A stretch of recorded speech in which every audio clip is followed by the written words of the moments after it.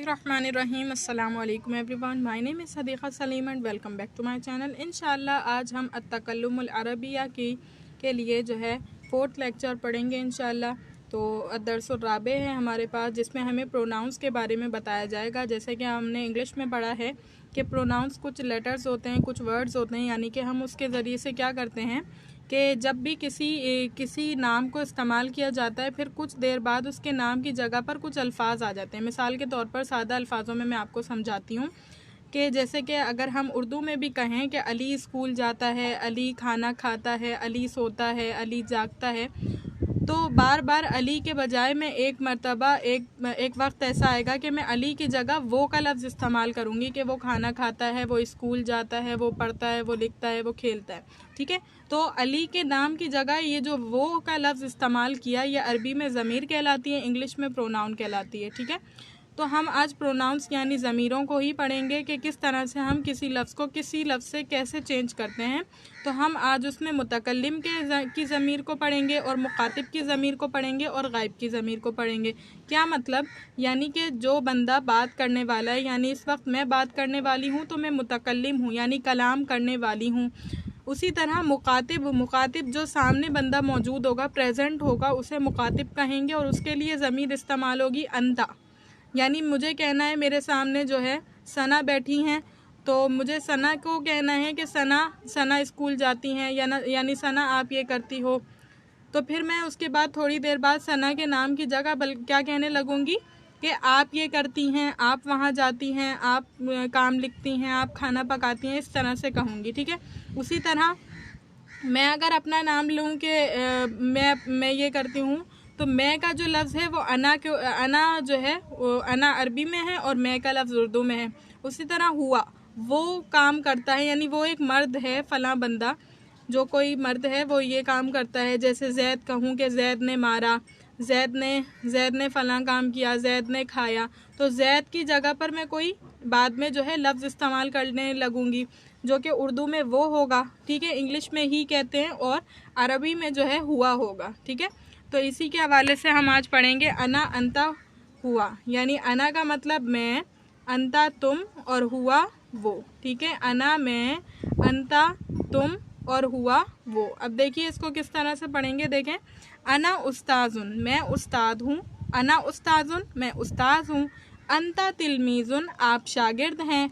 हुआ तिलमीजुन, वो शागिर्द है। मैं उस्ताद हूँ, आप शागिर्द हैं और वो शागिर्द है। मन अंता या खालिद, ए खालिद आप कौन हैं। मन अंता, मन कौन, अंता आप, या खालिद ए खालिद, ए खालिद आप कौन हैं।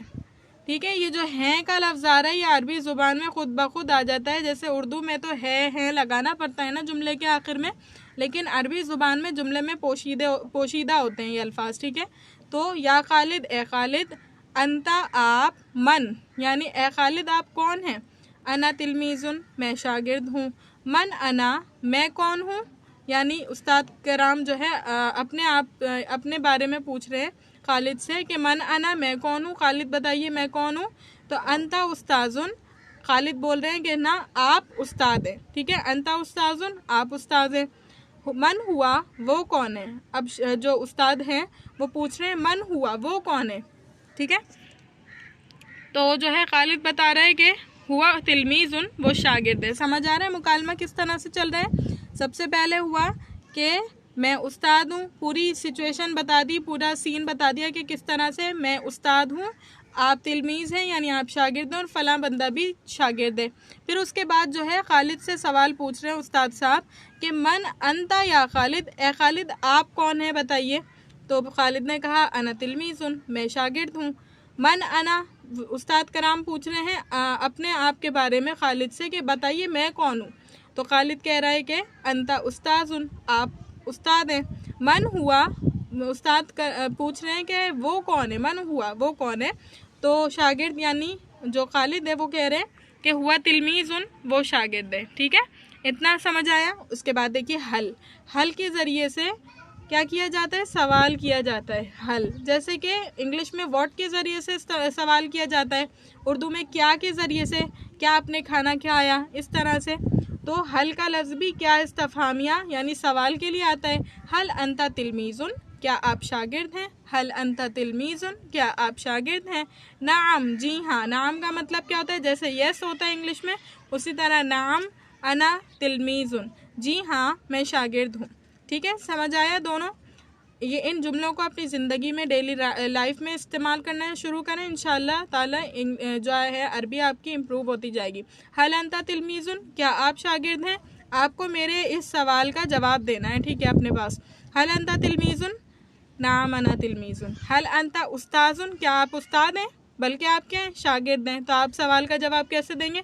ला बल अना तिलमीज़ुन, नहीं, ला का मतलब नहीं, बल बल्कि, अना तिलमीज़ुन मैं शागिर्द हूँ, नहीं बल्कि मैं शागिर्द हूँ।